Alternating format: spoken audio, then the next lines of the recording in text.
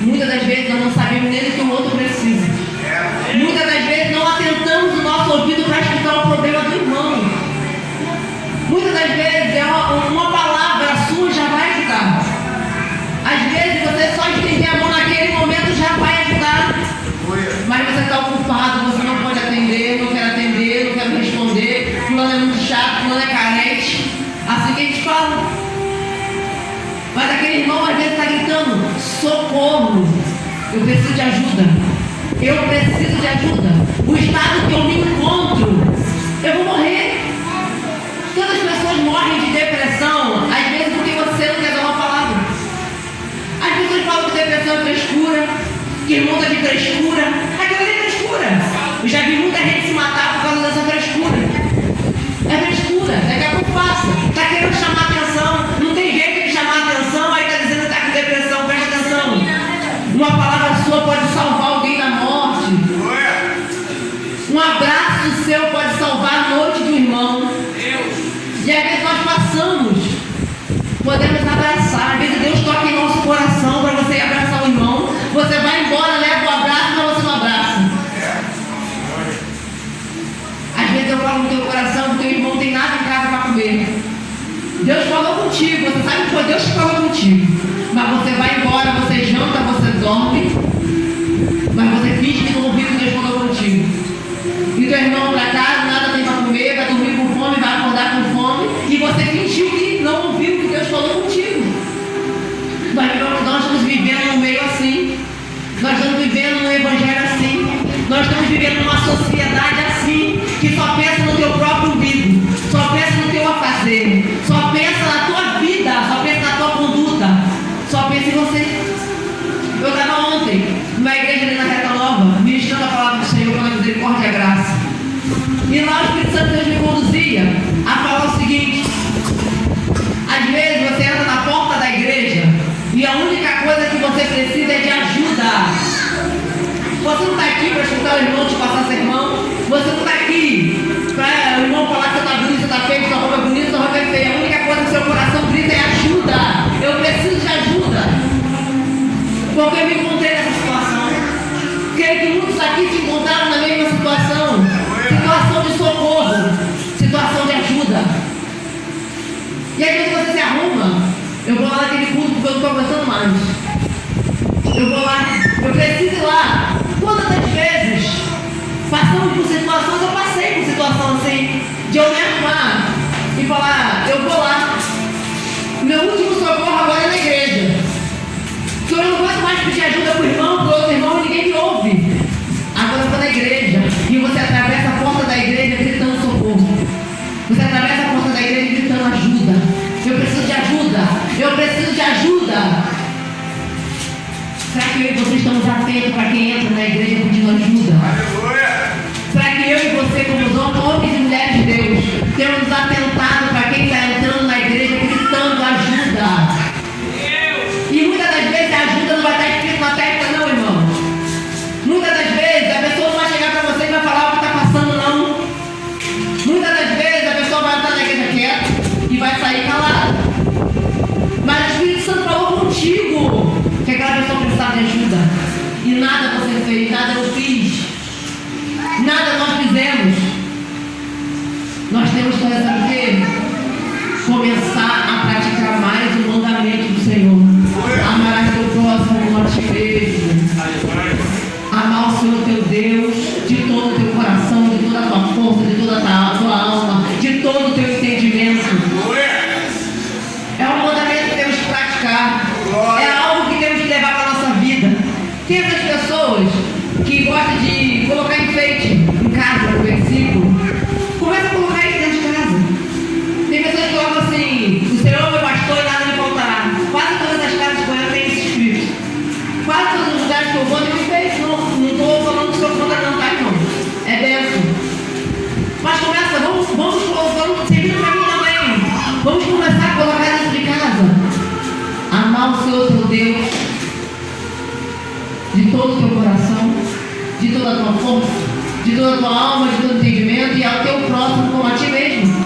E todos os dias você vai passar por ali, você vai ler aquilo ali, você vai fixar aquilo ali, e vai se tornar uma prática dentro de mim e de você.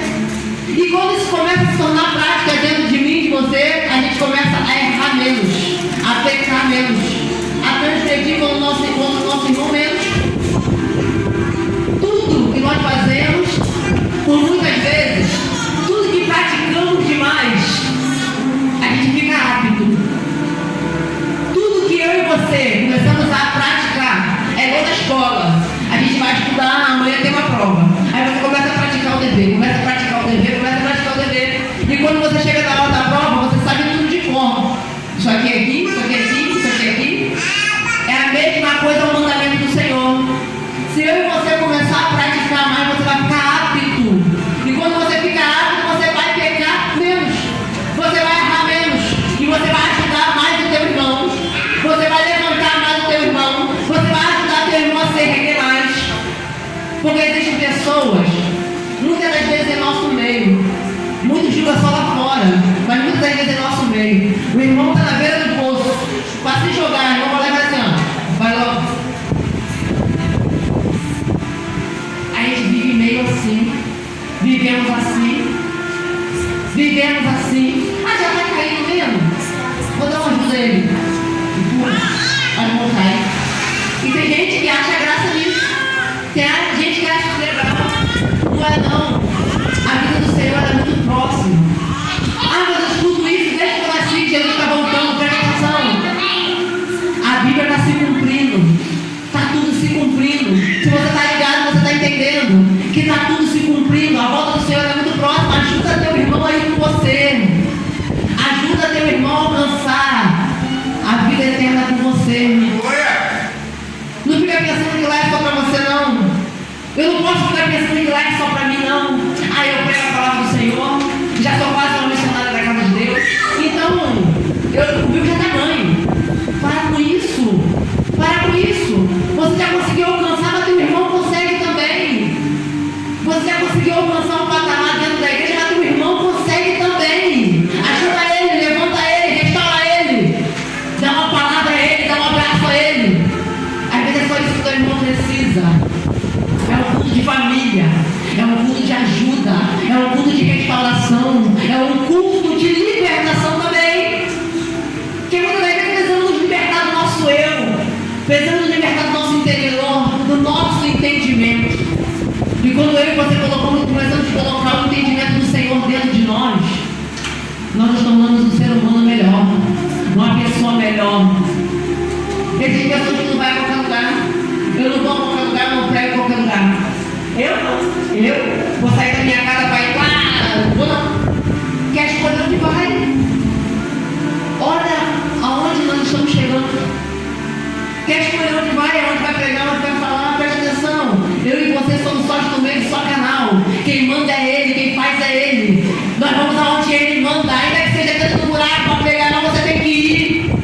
Você não manda nada. Quando Jesus Ele nos chama, você não tem mais direito de nada, não tem mais escolha de nada. É quem escolhe é Ele, quem conduz é Ele, quem caminha é Ele, quem direciona é Ele. É só Ele. Quando eu e você damos um passo para Jesus, é Ele quem doutrina tudo. É Ele quem comanda tudo. É Ele que rege tudo. É Ele que leva tudo. Como você vai se vestir, como você vai se calçar, como você vai andar, como você vai falar, como você vai caminhar. É Ele quem conduz. Aí a gente olha para o irmão e fala assim, mas fulano está tão diferente depois que foi para a igreja. Todos aqui já escutou isso. Já viu fulano como é que está? Está falando diferente, está agindo diferente, reparou? Houve uma mudança, uma transformação na vida dele, na vida dela, né? Que, nossa, eu estou impactada, está muito diferente, sabe o que é isso? Quando deu um passo para Jesus, deixou Jesus reger a vida. Aleluia! Senhor me guia. Eu te aceitei na cor de coração. Eu levantei a mão para ti naquele dia, Senhor. Mas não foi para eu, não quero mais conduzir a minha vida, não, que vai conduzir o Senhor. Quando você olhar para o teu irmão e começar a enxergar uma diferença, começar a enxergar algo sobrenatural na vida dele, quando você começar a olhar para ele e falar assim, ei, não é mais aquela Gabriela, não. Não é mais aquele Lucas, não. Não é mesmo. A Gabriela que eu conheci não era assim, não. O Lucas que eu conheci não era assim, não. O pastor que eu conheci não era assim, não. Quando você começar a olhar para o teu irmão, a gente continua falando da mesma coisa do irmão. Continuamos falando da mesma coisa no próximo.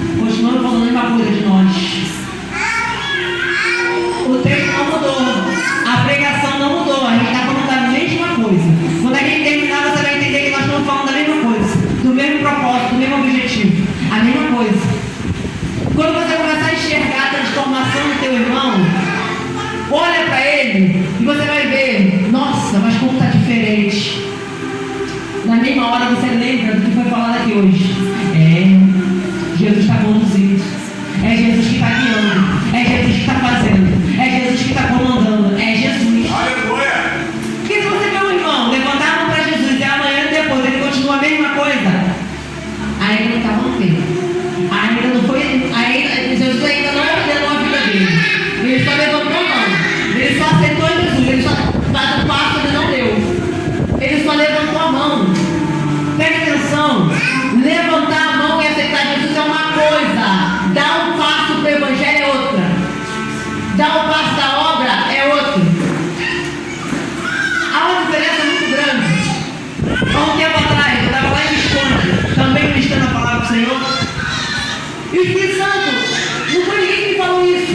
Não foi ninguém que me ensinou isso, não. Foi o próprio Deus que falou isso, meu, setou isso no meu coração. E falou assim, filha, fala assim. E daí naquele dia eu não esqueci mais, que o Espírito Santo me deu. É uma revelação do céu, eu nunca mais esqueci. Quando você aceita Jesus, é uma coisa. Eu aceitei a Cristo, você aceitou.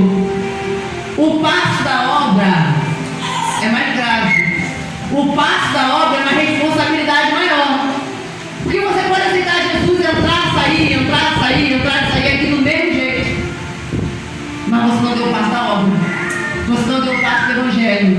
Você não deu o passo da palavra. A palavra ainda não entrou no teu coração. Cristo ainda não entrou no seu coração. Você só levantou a mão e só aceitou Jesus. Mas ele ainda não entrou no teu ser. Porque quando ele entra no teu ser e seu, há uma transformação de dentro para fora.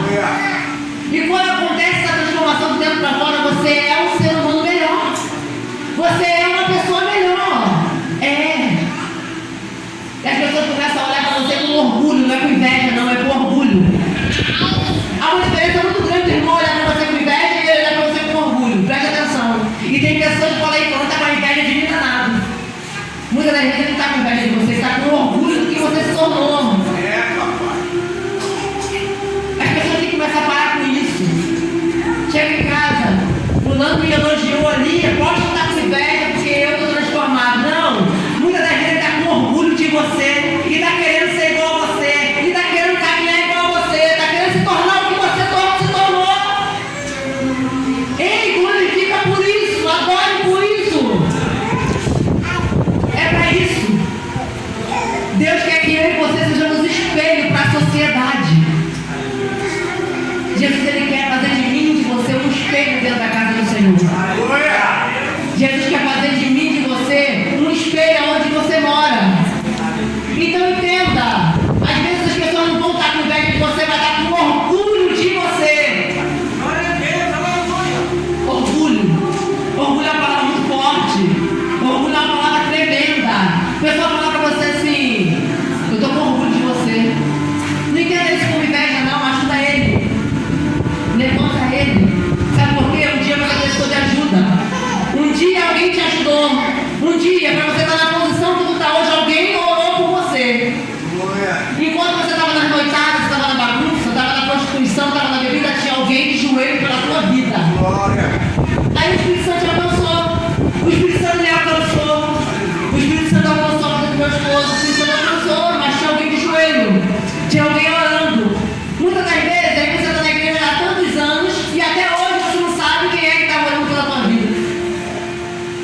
Porque muitas das vezes nós achamos que é só nossa mãe, nosso pai que está de joelho pela nossa vida. Tenho certeza que hoje eu estou na igreja porque a minha mãe e meu pai esteve de joelho o tempo todo. Mas às vezes é uma pessoa que você nem imagina também estava de joelho. Papai. Sabia? E você não sabe. Muitas das vezes morre sem saber. Pessoas que perderam noites de sono orando pela tua vida por amor a você. Isso é amar teu próximo como a ti mesmo. Isso é amar teu próximo como a ti mesmo. De repente essa pessoa podia estar ajoelhando de madrugada pedindo bens materiais, pedindo carro, pedindo casa, pedindo mansão, pedindo terreno. Não, está orando pela tua vida e pela minha. Ganhou o que com isso? A tua alma para Jesus. Aleluia! Ganhou o que para isso? Que você virasse um espelho para a sociedade. Glória! Essa pessoa que orou pela tua vida ganhou o que com